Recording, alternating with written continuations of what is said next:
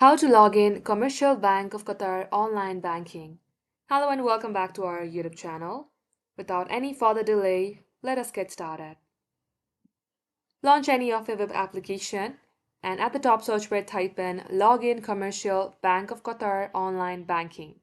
As you do so, you will see CBQ and its official website at the first search result. Click open it.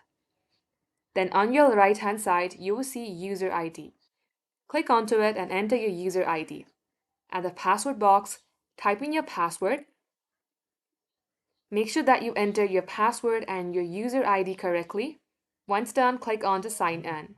In case you have forgotten your password or your user ID, click on to Forgot Password or User ID link and get help resetting your account. If your credentials are correct, you will get logged into your account. Thank you for watching the video till the very end. If it had helped you in any ways, then do like and subscribe.